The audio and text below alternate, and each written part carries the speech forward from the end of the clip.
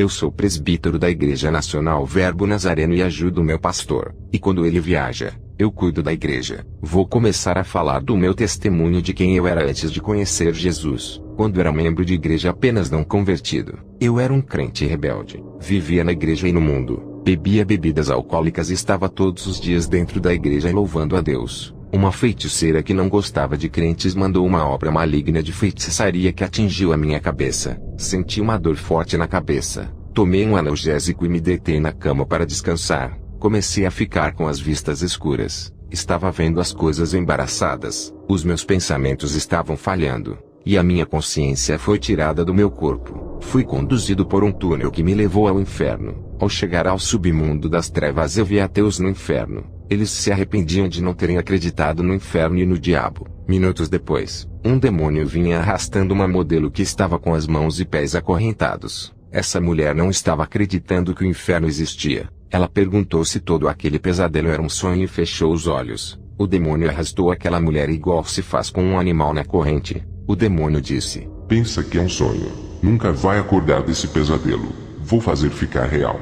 A mulher foi jogada na cela de tortura, onde o chão começou a brotar fogo incendiando a cela daquela mulher. As suas carnes começaram a cair no chão deixando somente o esqueleto. Havia muitas celas parecendo um presídio onde as pessoas são torturadas. Um homem que estava preso em uma dessas celas tomou uma carga elétrica que da sua boca, nariz, ouvidos, olhos e cabeça começaram a sangrar. O seu corpo foi carbonizado com aquela alta tensão da descarga que recebeu. A modelo que pensou ser um sonho percebeu que aquilo não era um sonho. É tão real como o mundo que vivemos. Essa modelo havia morrido dormindo e não acordou mais. Por isso ela pensou que era apenas um sonho. Eu ouvi os gritos e o lamento dela quando disse que pensava ser o inferno um lugar de invenção humana. Ela, quando ainda era viva, chamava os crentes de fanáticos e dizia que o diabo não existia, que era apenas um folclore de crenças, uma mitologia da igreja. Ela dizia: "Não vejo o diabo, como pode ele existir?" Quando vi a moça em pânico e sendo atormentada, clamei o sangue de Jesus e pedi para ele me tirar dali. Quando clamei o sangue de Jesus, houve um estrondo no inferno. Todos os demônios olharam para mim com ódio. Um deles disse: "Não fale esse nome aqui." Eles bateram em mim e me levaram perto de um lugar onde tem muitas orgias sexuais. As mulheres são forçadas a praticarem sexo com os demônios. Elas sentiam muitas dores em seus atos sexuais com os demônios. Prostitutas, homossexuais, lésbicas e transexuais eram obrigados a fazerem sexo com os demônios. Tudo o que eles faziam na terra tinham que fazer no inferno. Também vi os homens que praticaram estupro e na terra sendo atormentados. Vi serpentes venenosas picando pessoas que tinham os seus corações venenosos na terra. Fui jogado em um abismo cheio de fezes, insetos e micróbios. Eu tentava sair daquele buraco profundo. Fazia esforço para sair daquele poço podre e fedido. Mas ele era muito liso. Parecia que tinha óleo. Eu escorregava e caía na lama daquele poço. Os micróbios entraram na minha pele e me comiam por dentro. E os insetos parecendo besouros me devoravam por fora. Sentia muita dor por causa dos vermes carnívoros que se alimentavam dentro do meu corpo e também dos besouros infernais. Eu comecei a me arrepender de todos os meus pecados. E já sem esperança dizia para mim mesmo que merecia aquele lugar. Ali no inferno eu vi aranhas, moscas, escorpiões e outros insetos. Todos eles torturavam as pessoas. Muitos insetos diabólicos existem ali, insetos atormentadores. Quando eu me arrependi, uma força maior me fez desaparecer daquele lugar. Jesus queria que eu me arrependesse para tirar a minha alma daquele lugar. Eu me encontrava em uma cisterna profunda e preso sem poder sair. Quando ele me resgatou, a minha alma estava acima das nuvens, e comecei a ter visão do futuro. Olhei para o país de Israel, e vi uma multidão cercando o povo. De repente, fogo do céu desceu e consumiu toda aquela multidão. Chuvas de fogo começaram a cair na terra destruindo tudo parecendo um inferno. Havia chamas por todos os lugares. A terra tinha sido purificada com a chuva de fogo que caiu por todo o planeta, e ainda carbonizou toda a multidão que cercavam o povo de Israel. Satanás foi lançado no lago de fogo. Eu vi na visão o dragão sendo lançado. A sua derrota foi selada para sempre. A terra e o céu começaram a passar por uma transformação. A cidade santa que estava nos ares desceu para a terra que havia se transformado em um grande jardim. A terra já não era mais aquele planeta que foi devastado pelo fogo. O globo terrestre foi transformado em um jardim. Um homem de branco que não conseguia ver o seu rosto desceu para a terra junto com milhares de anjos. O tabernáculo de Deus estava com os homens. Deus estava habitando junto com os povos na terra. Tive outra visão da terra devolvendo todos os corpos enterrados. Também de dentro dos rios e mares saíam os corpos, e o inferno devolveu todas as almas para entrarem nesses corpos mortos. Eu os vi ressuscitarem e fazerem uma grande fila. Uma voz disse: eles vão ser condenados, e receberão cada um a sua sentença. Vi na frente dessa fila um trono branco, e vi o lago de fogo esperando os condenados. O lago parecia um mar, de tão grande, não dava para ver o fim. Depois essa visão desapareceu diante dos meus olhos. Uma voz disse: a igreja não está resistindo às dificuldades do fim dos tempos. Vou falar o que passo por servir a Jesus. Igreja, eu enfrento dificuldades todos os dias. Irei estar orando pelos irmãos que estão passando por vários tipos de provações nesse momento. Jesus irá acalmar o mar e o vento na vida dos seus servos. Depois do meu arrebatamento, fui fazer uma visita aos Estados Unidos para conhecer. Fui a uma conferência de um avivamentalista. O preletor que pregou era um homem que eu acreditava ser usado pelo Espírito Santo. Esse homem fez uma oração com imposição de mãos sobre a minha cabeça. Ele disse que a partir daquela noite a minha vida iria mudar para melhor. Recebi aquela falsa profecia e senti o meu corpo pegar fogo. Voltei para minha casa e minha vida começou a piorar. Os demônios começaram a aparecer para mim. Eles começaram a quebrar pratos, copos de vidro, batiam na porta do meu quarto. Eu ouvia barulhos de pisadas e socos na parede da minha casa. Eu repreendia pensando que tinha recebido a autoridade daquele pastor. Comecei a orar a Deus pedindo misericórdia. Fui para a rua pegar o ônibus para voltar ao hotel que estava hospedado. Antes de pegar o ônibus, uma mulher enviada por Deus me parou na rua e disse: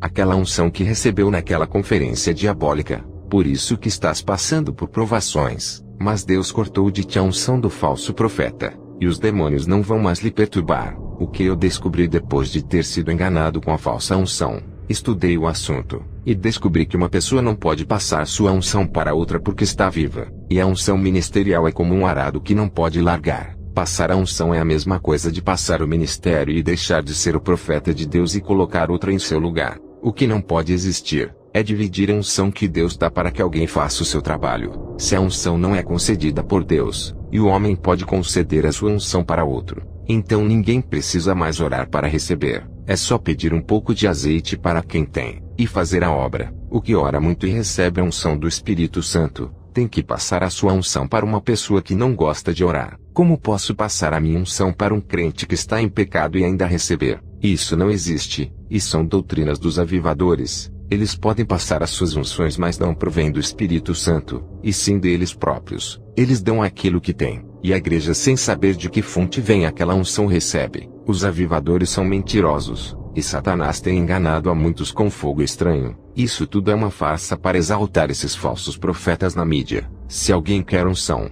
busque o seu próprio azeite, não corra atrás de unção de falso profeta. Somente Deus é quem derrama a unção. Ele tem poder para isso. O homem não pode passar a unção. Ele não tem poder para tal milagre. Aonde os falsos profetas vão, eles levam águas sujas para manchar as suas vestes brancas. Eles saciam os famintos com iniquidade e pão imundo. Malaquias 1:7. Aonde tem falsas religiões e falso cristianismo, os demônios têm se aproveitado para invadirem as vidas das pessoas inocentes. E aonde há falsa religião onde se adoram imagens, os demônios têm roubado a adoração que pertence a Deus através de objetos. A única maneira deles receberem adoração é se escondendo atrás de acessórios sagrados e imagens. As pessoas jamais adorariam ao diabo na forma de uma imagem de serpente. A sua natureza maligna é desprezada. As pessoas preferem adorar um santo de gesso que é apenas um objeto, ao invés de adorar a Satanás. Se ele aparecesse à pessoa, o único jeito dele ser adorado é se escondendo atrás de uma estátua de rosto bonito. Somente assim ele é adorado. Por roubar a adoração de um objeto,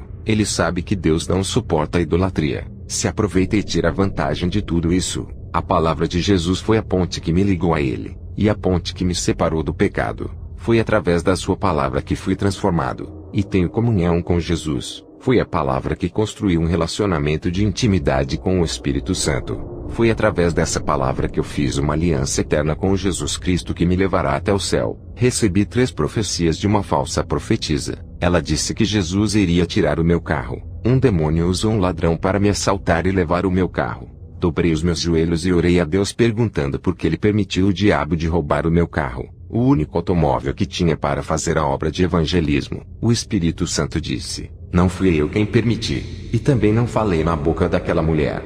Essa mesma mulher me entregou outra profecia dizendo que a missionária Doralice seria minha esposa. Orei a Deus pedindo um sinal se era verdade. Eu conheci a missionária há 1 ano, e nunca vi ela ter nenhum compromisso sentimental. Poucos dias depois, Deus me deu um sinal. O esposo dela, que também é um missionário, chegou do Chile. Aquela profeta mentiu. Doralice não era solteira igual ela disse. A missionária é casada com um homem de Deus. Essa profetisa entregou várias profecias de casamento e conseguiu unir vários irmãos formando casais. E muitos casamentos unidos por ela e não por Deus terminaram em divórcio. Essa profetisa me deu uma profecia de um novo emprego. E uma empresa me chamou para trabalhar com grande salário. Comecei a viajar com essa empresa. À noite já não conseguia ir para a igreja. A profetisa disse que Jesus iria me colocar em uma grande empresa. Mas essa profecia não era de Deus. O diabo queria me tirar da obra de Deus. Por isso que ele abriu essa porta de emprego. O dono dessa empresa era maçom. E todos os seus funcionários ele entregava a alma para o diabo. Jesus me mandou sair desse emprego. Jesus me revelou que ela era uma feiticeira disfarçada de pastora. Eu vi todas as profecias dessa mulher se cumprir. E o diabo fazia acontecer tudo que saía da boca dessa mulher. As 3 profecias que ela me passou se cumpriram. Mas eu quero dizer à igreja que mesmo as profecias se cumprindo não significa que sejam de Deus. Larguei do emprego e fui fazer a obra de Jesus. O salário desse emprego era alto. Isso foi um teste para ver onde estava o meu coração. Passei dificuldades financeiras, mas nunca passei fome. Eu levei o evangelho e passei dificuldades. Mas Jesus me abençoou. Ganhei 2 carros e trabalho na pequena loja que ele me deu. Estava evangelizando um jovem. Ele era viciado. Um homem chegou e apontou a arma na frente dele e não conseguiu atirar, porque o jovem estava perto de mim. O homem apertou várias vezes o gatilho, mas nenhuma bala saiu. A graça que está em mim protegia o rapaz. A morte não levou esse jovem porque estava comigo, e os seus dias de vida foram prorrogados. O Senhor me levou até uma grande igreja que fazia um bom trabalho social. A igreja oferecia alimentos, roupas e tratamento odontológico. E muitas pessoas diziam que essa igreja era verdadeira. O Senhor me mostrou dentro dessa igreja um grande demônio dentro dessa catedral. O Senhor me revelou dizendo: esse é o espírito enganador da caridade. Essa igreja usa essa estratégia caridosa para arrebanhar muitas almas ao inferno. A minha verdade não está nesse lugar. O povo tem que ficar em alerta. Nem todas as igrejas que fazem boas obras são verdadeiras. As obras sem a fé é morta. Eu via os sorrisos artificiais e falsidade dos obreiros enganadores. Faziam as pessoas pensarem que eles estavam alegres por ajudarem o povo pobre. O pastor dessa igreja era da maçonaria. O Senhor está no barco de cada um de vocês. Mesmo em silêncio, a sua presença em nossa vida nos traz segurança. Ainda que Deus não responda ao nosso clamor, Ele está contemplando e se agradando da sua fé. Ainda que as ondas e as tempestades venham a nos assolar, não temeremos, porque sabemos que o Senhor não está morto nem com as suas mãos encolhidas. Podemos sim atravessar o mar agitado dentro desse barco, mesmo nos sentindo sozinhos. Pela fé, creia que Jesus está ao seu lado. O Senhor abriu o mar para seu povo passar, e abrirá para sua igreja passar pela turbulência. Assim como Pedro caminhou por cima das águas agitadas do mar, Jesus fará os seus santos passarem por cima de suas provações e triunfarem nas dificuldades. As bênçãos que Deus tem para entregar a cada irmão não são fáceis, têm que serem aprovados. Deus vai dar orientações a cada um de vocês para obtê-las.